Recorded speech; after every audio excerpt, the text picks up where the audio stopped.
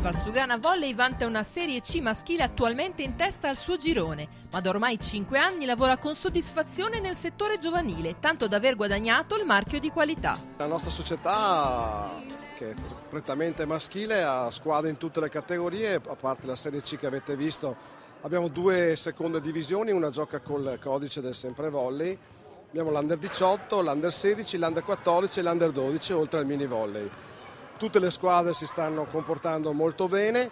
Siamo la società di riferimento per questa zona di Padova Ovest, quindi è tutto il comprensorio, le iscrizioni stanno aumentando. È molto faticoso gestire questa società, ma anche grandi soddisfazioni. Tante categorie dunque al Valsugana, manca però il mini volley per una precisa scelta tecnica. Noi abbiamo scelto di non fare mini volley quest'anno perché non volevamo che i ragazzi si disperdessero in mezzo a tante ragazzine.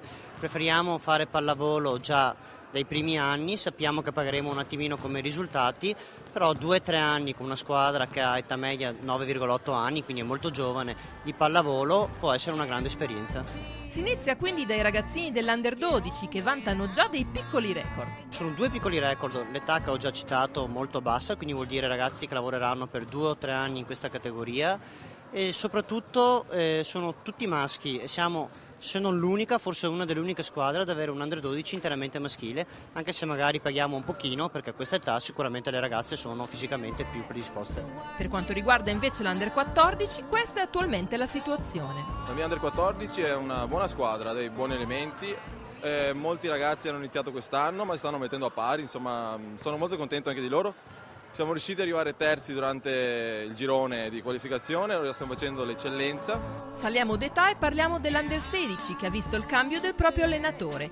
Mario Di Pietro, divenuto coach del Bassano Volley, ha lasciato il posto a Michele Pasinato, vecchia gloria della pallavolo italiana e storico giocatore del Vempa. Mario Di Pietro era più tecnico, ci insegnava più la tecnica, anche una tattica diversa di gioco. Pasinato invece da grande giocatore ci insegna molta tattica, cura un po' meno la tecnica, ma comunque con i ragazzi lavoriamo bene, do una mano anch'io che sono capitano e stiamo facendo veramente un bel campionato. I ragazzi sembrano non aver accusato colpi per il cambio tecnico e viaggiano spediti verso i propri obiettivi. Il nostro obiettivo è arrivare alle regionali con l'Under 16, che comunque sarebbe una cosa bella. Adesso è appena finito questo girone di andata del girone d'eccellenza, adesso vedremo il ritorno, cercheremo di fare più punti possibile, poi andare alle regionali e fare la nostra bella figura. Parliamo ora dell'Under 18 che si è classificata seconda nel campionato provinciale staccando il lasciapassare per le regionali ed attualmente partecipa alla seconda divisione. Il livello è sicuramente molto più alto in seconda divisione, la squadra che fa la seconda divisione è la stessa che ha fatto il campionato dell'Under 18. Fiora all'occhiello della società Laus Organ, che racconta successi ed insuccessi di tutte le formazioni del Valsugana e fa da collante fra le varie categorie.